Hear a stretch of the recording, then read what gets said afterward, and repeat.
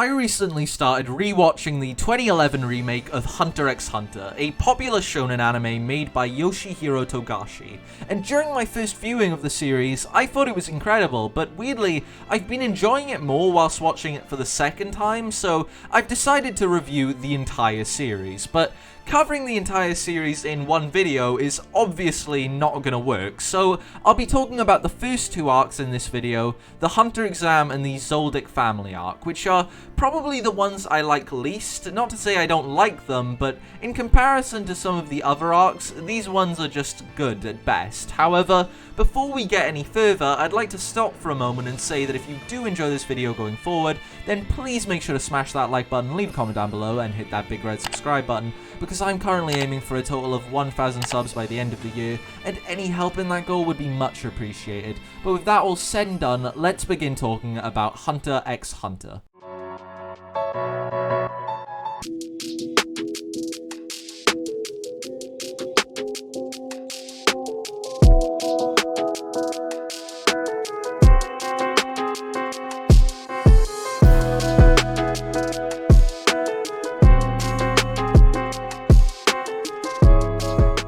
So, the story starts off with us being introduced to our main character Gon, a young boy from Whale Island, who is currently dead set in becoming a hunter so that he can search for his father, Jing Freaks. But what is a hunter? Well, if I'm being honest, I don't know, because the series does not do a great job at explaining it, so I went to Reddit to see if I could get an answer, but it seems like a hunter can be just about anything, and honestly, I don't mind that. I wish there was a little bit more clarification in the anime, but keeping the role of a hunter vague works quite well because it allows for plenty of freedom in the story. But if Gon wishes to be a hunter, he'll first have to catch the fish called King of the Swamp to prove himself capable of taking the hunter exam to his Aunt Mito, and as I'm sure you already know, he passes this test, allowing him to leave Whale Island for the Hunter Exam on a ship run by an examiner, who asks Gon and two new characters named Leorio and Kurapika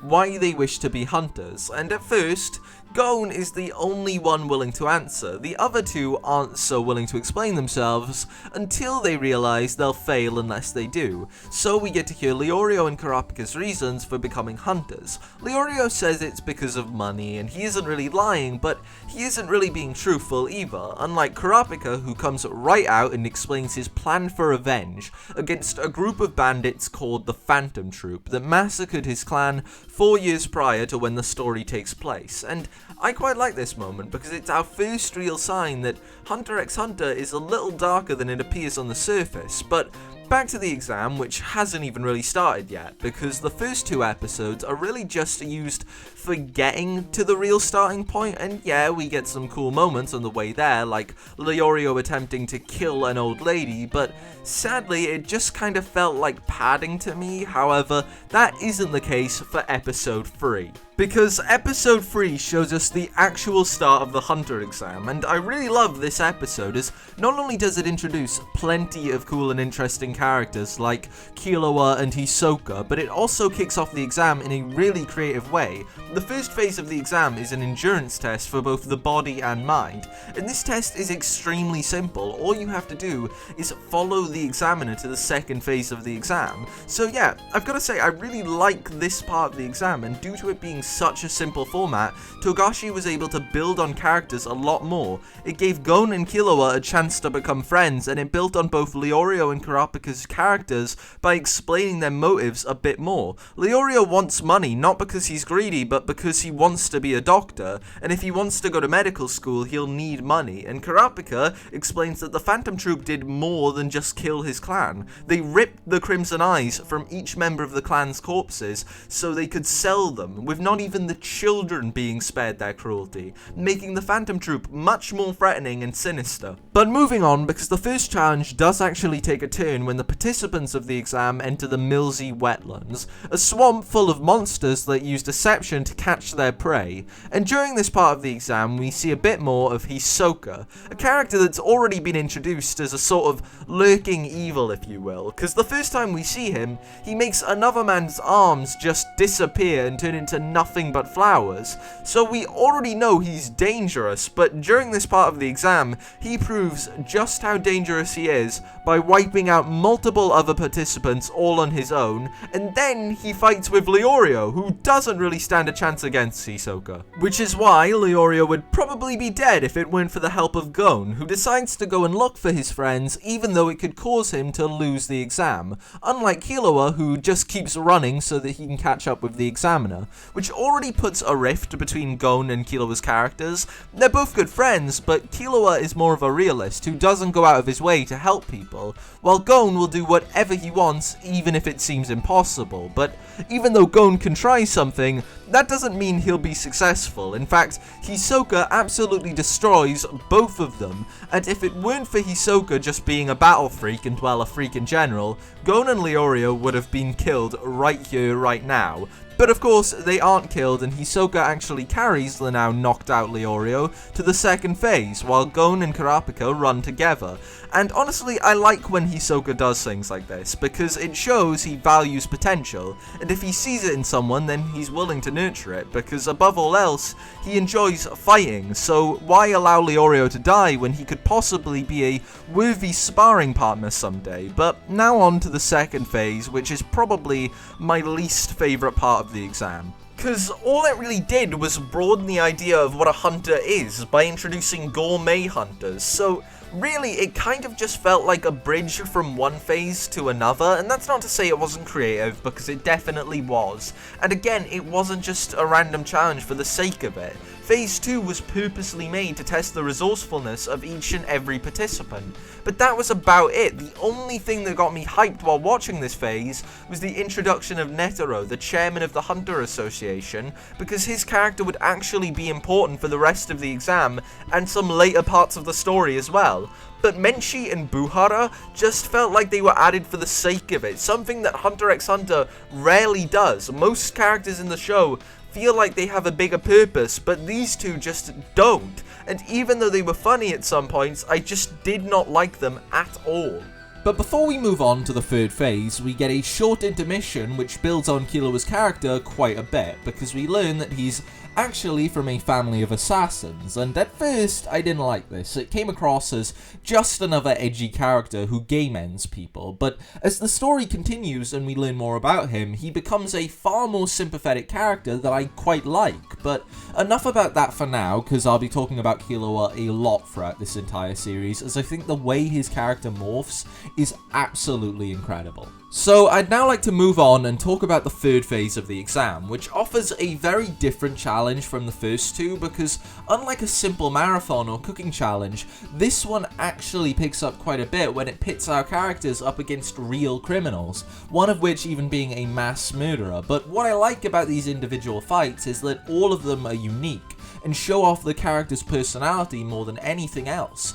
But sadly, this section goes on way longer than it needs to, because of Kurapika and his refusal to kill his opponent, even though the rules of their fight stated that one person must quit or be killed before the fight ends. So a lot of time is just spent waiting to prove whether this guy is actually dead or not, and I do sort of like this because it shows that Kurapika isn't quite as brave as he makes himself out to be. On the surface, he talks a big game about how he intends on taking revenge against the Phantom Troop, but on the inside he can't bring himself to kill another person. He doesn't want to be lowered to the same level as them, but at the same time I feel like this could have been accomplished in a much shorter span of time, and even though they broke this part up with a very cool Hisoka fight, it still felt way longer than it needed to be.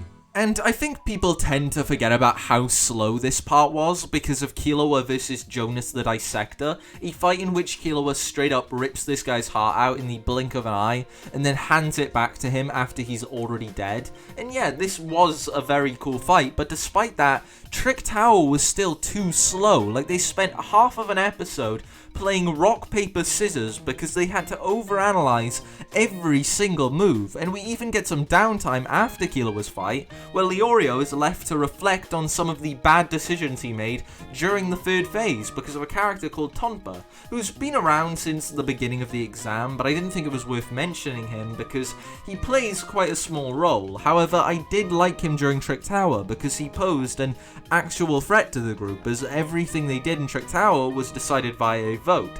So having him tag along with the main cast actually worked to build some pretty decent tension, and the way he made Leorio doubt himself was pretty good. But hey, after this short intermission, the group finally begins to descend down the tower, and on their way down they hit a roadblock because they're forced to basically choose who will be going down the easy path to the bottom of the tower, because only 3 people are allowed to take that path, while the other 2 must take the long path, which won't get them to the finishing point in time. So a fight starts amongst the group, which at first seems pretty bad, but thankfully, Gon, being the absolute genius that he is, comes up with an idea for them all to pass, and I really like how Gon was portrayed in this scene, as it made him feel way more innocent in comparison to everyone else, who was very much ready to kill each other so they could move on to the 4th phase, and also it was cool seeing Gon actually come up with a good idea instead of just being your average dumb shonen main character. But enough about Trick Tower, because it's time for the 4th phase of the exam, a battle royale-like format where each participant must aim for another's badge while someone is trying to take theirs at the same time. And of course, Gon draws the short straw as he has to hunt Hisoka, which causes Gon to develop even more, but I feel like I'm giving a little too much attention to Gon and Killua, so why don't we instead talk about Gitaraka, a character that was introduced right at the beginning of the Hunter exam, but I haven't mentioned him because he served very little purpose other than being a scary guy with pins in his head, and I mean, I enjoyed his connection between him and Hisoka, but aside from that, there wasn't much to him. At least that was the case until he removed the pins lodged in his chrome dome. Because after he does this, his face begins to shift into a somewhat normal looking person, so right now we can assess that Gitaraka isn't who he appears to be. After all, why include a disguise if it has no relevance to the story? You wouldn't, as there would be no point to. If Gitaraka wasn't hiding something, then why would he come in disguise? Also, I quite like how he's revealed as well, because Gitaraka only reveals himself to Hisoka, not to anyone else. But of course, we're seeing this because Gon is tailing Hisoka. We aren't just seeing some random scene that's used to build up the character of Gitaraka. We're seeing this because we are following the main character like we should be. And I could just be overanalyzing here, but I think Gitaraka's introduction was really great, and I'll definitely be talking more about him later on in the video. But at the moment, I want to talk about the extremely horny Hisoka, who is currently on the hunt for his target. But the thing is, Hisoka doesn't necessarily need to find his target, because to pass the 4th phase of the exam, all you need to do is get enough points, and as long as you hold on to your badge and your targets, you'll win. But if you're unable to acquire your target's badge, that's fine as well, because you can instead obtain 3 other badges from people who aren't your target and still pass, which gives Hisoka in particular a lot of freedom, as he's one of the strongest people in the story at the moment. So Hisoka can go after just about anyone, but sadly for Hisoka, no one wants to fight him because everyone is easily able to tell just how powerful he is, and Kurapika and Leorio actually take advantage of this knowledge by just handing over one of the badges they've acquired, which only makes Hisoka more horny and more bloodthirsty, which means the next guy Hisoka runs into will not be getting off so easily. In fact, when Hisoka is running at his next target, his jaw becomes so unhinged that he looks like an analog horror monster that's come straight out of my nightmares, and he makes one of the strangest noises I have ever heard. But it's Hisoka's immense bloodlust that blinds him, allowing Gon to take Hisoka's badge with his fishing rod after mastering the art of concealing one's presence. However, holding onto Hisoka's badge doesn't go so well because Gon is a bit naive and completely forgets that someone else has been hunting him, so only moments after taking Hisoka's badge, Gon is hit with a blow dart that paralyzes him, although thankfully, Gon has a guardian angel. Hisoka, of all people, beats the guy who stole Gon's badges and then hands them back to him, but he doesn't want to have to owe Hisoka anything, so he tries to give them back to him, which doesn't work because Gon has zero leverage in this situation, and with one very powerful punch from Hisoka, the confrontation between the two is over. However, Hisoka tells Gon that he can pay him back by landing a powerful punch on him, just like the one Hisoka used to send Gon flying mere moments before, and it's safe to say that this whole interaction left Gon in a pretty bad mood, but that's enough about the horny clown for now, because Gon actually goes to team up with Leorio and Kurapika again, so that he can help Leorio find his target Ponzu, who just so happens to be stuck in a cave infested with snakes, so the group must take advantage of Ponzu's sleeping gas and Gon's incredible lung capacity to escape, and honestly, this is my favourite part of the exam, period, because we get to watch Gon get up to some silly shenanigans as usual, and we get Ponzu, who I absolutely love. Like hell, she's got bees in her hat, what's not to love? But that is pretty much where the fourth phase comes to an end, and I realise I haven't talked about Killua in a while, but that's just because he plays a very little role during the entirety of the fourth phase, although he does appear for a little bit to finesse the shit out of the three brothers, who are probably my least favourite characters in the entire series, so good job Killua, you're a real stand-up guy. But moving on now, because it's time for the fifth and final phase of the Hunter Exam. A tournament designed by Chairman Netero that will result in the failure of only one participant, and to pass you need only win one fight.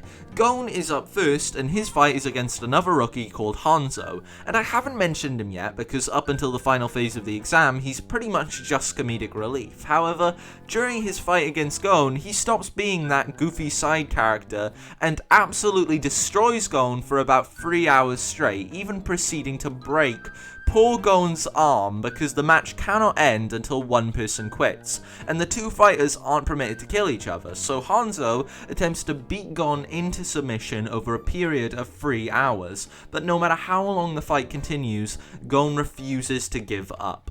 And during this fight, we see Killua's realist nature in full effect. In fact, he thinks Gon is being stupid, because if he just gave up, then he'd have a chance to fight against a character called Pokel instead, who I'm sure Gon could beat, but of course, he's not going to give up, because no matter how impossible a situation is, Gon keeps trying. That's how he's been built up since the very beginning of the story, so there is no amount of pain now that can make Gon concede, which is why Hanzo eventually takes the loss after knocking out Gon, and then Hanzo absolutely crushes Pokel into submission in a very short amount of time. But enough about Hanzo, because I now want to talk about Killua versus Gitaraka.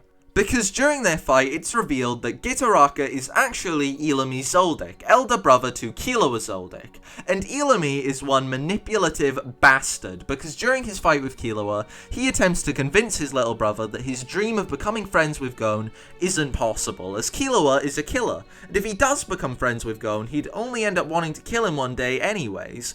But thankfully, Leorio interjects by saying that Killua and Gon are already friends, which Elegy doesn't take so well. In fact, Elegy then proceeds to threaten the life of Gon before Killua surrenders, leaving him only one last chance to get a hunter's license, and he loses that chance after being disqualified for killing another participant called Bodoro.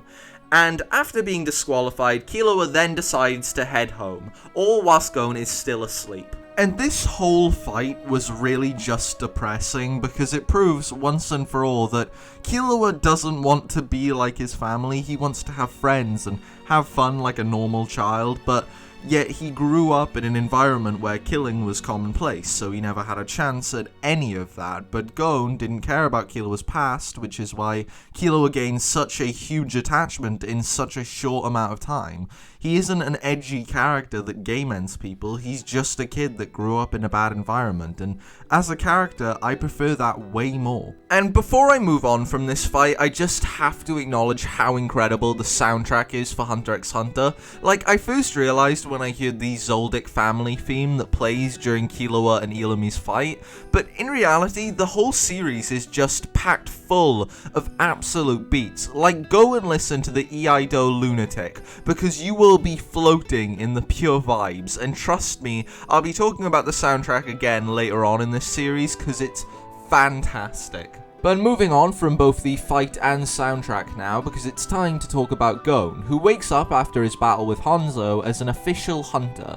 But sadly, Gon learns that Killua has gone home after being disqualified, and his first thought is to go and make Illumi apologize, which of course doesn't work, but Gon does at least find out where Killua is, and after some very short goodbyes, Gon, Leorio and Kurapika head off to Kukuroo Mountain so they can get their friend back, which also puts an end to the Hunter Exam arc. Although, before I continue on and talk about the Zoldyck Family arc, I'd like to quickly stop and give my thoughts on the Hunter Exam.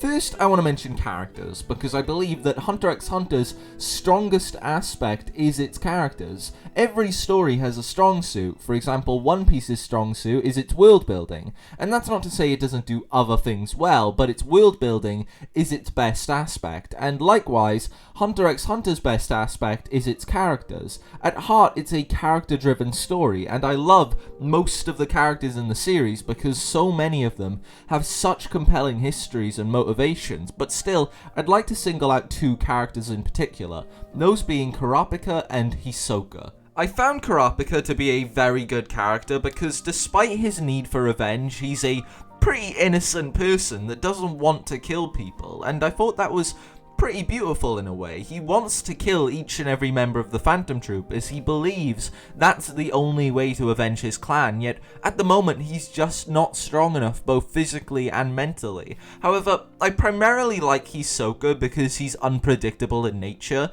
and I just like characters like that. For example, I just did a video on the character Grand Duke Loivus from The Promised Neverland, a character quite similar to Hisoka because like one another they both enjoy fighting above all else, but Loivus was a little calmer about it, unlike Hisoka, who tends to get a bit creepy during a fight. But aside from characters, I'd also like to talk about how incredibly creative the Hunter Exam was. Like, I've seen tournaments and exams in anime before, and a lot of the time they just feel so completely uninspired, but not the Hunter Exam. It felt like Togashi had a clear and thought out idea for every single phase. Every single phase felt like it had purpose as well. They weren't just goofy challenges, they were endurance tests for multiple different things. Phase 1 tested the physical and mental strength of participants. Phase 2 tested resourcefulness. Phase 3 tested the decision-making skills of each participant whilst also trying to break their spirit. Phase 4 tested survival skills, and finally, Phase 5 tested combat skill and endurance. So all of them were not only well thought out, but creative as well, and that combined with the incredible characters of Hunter x Hunter made for one pretty great arc. But now it's time for me to go ahead and talk about the Zoldyck Family arc, which starts with Gon and the gang arriving at the testing gates, an extremely heavy door that's broken up into multiple sections, each weighing a few ton, and Gon must force this door open so that he can get to Killua's house, which sits at the summit of Kukuroo Mountain. However, even though Gon is a bit of an abnormal child, this gate is still too heavy for even him to open. But thankfully, Gon, Leorio and Kurapika are given training by a security guard named Zebro, and this is where the proper Goofy anime training begins, as the gang all have to put on weighted vests, whilst also doing normal training exercises. And if that wasn't enough, the place they're currently staying in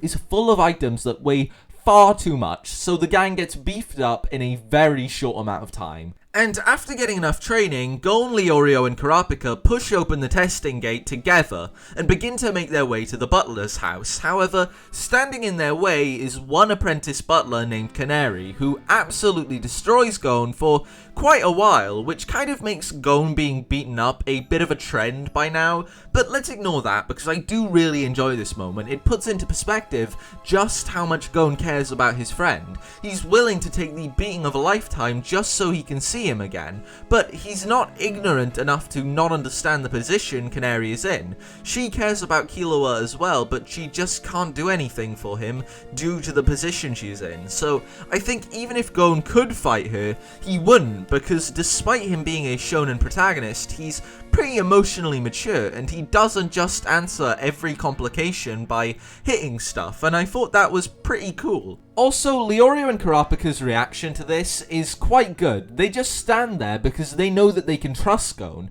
They may not have known him for long, but they're his friends, and if he wants to take a beating, then that's his decision. But this moment soon comes to an end anyways, when Canary gets no-scoped by Killua's bitch of a mother, who tells Gon and the gang that Killua doesn't want to see them. This of course being a lie, which Gon picks up on right away, and when Canary wakes up, she actually guides Gon, Leorio, and Kurapika to the butler's house. Whilst Killua's mum runs back to the main house after finding out that Killua has been released by his grandfather Zeno, so that he can go and speak with his father Silver. And surprisingly, Silver doesn't actually reprimand Killua. Instead, he simply asks how the Hunter exam was and if he made any friends, which heavily contrasts the rest of his family, who are completely insane. But of course, Silver is manipulating Killua as well. He's willing to let Killua go and play the part of a loving father, but only because he knows that Killua will soon come home anyways. Silver isn't as kind as he lets on. He's just trying to assess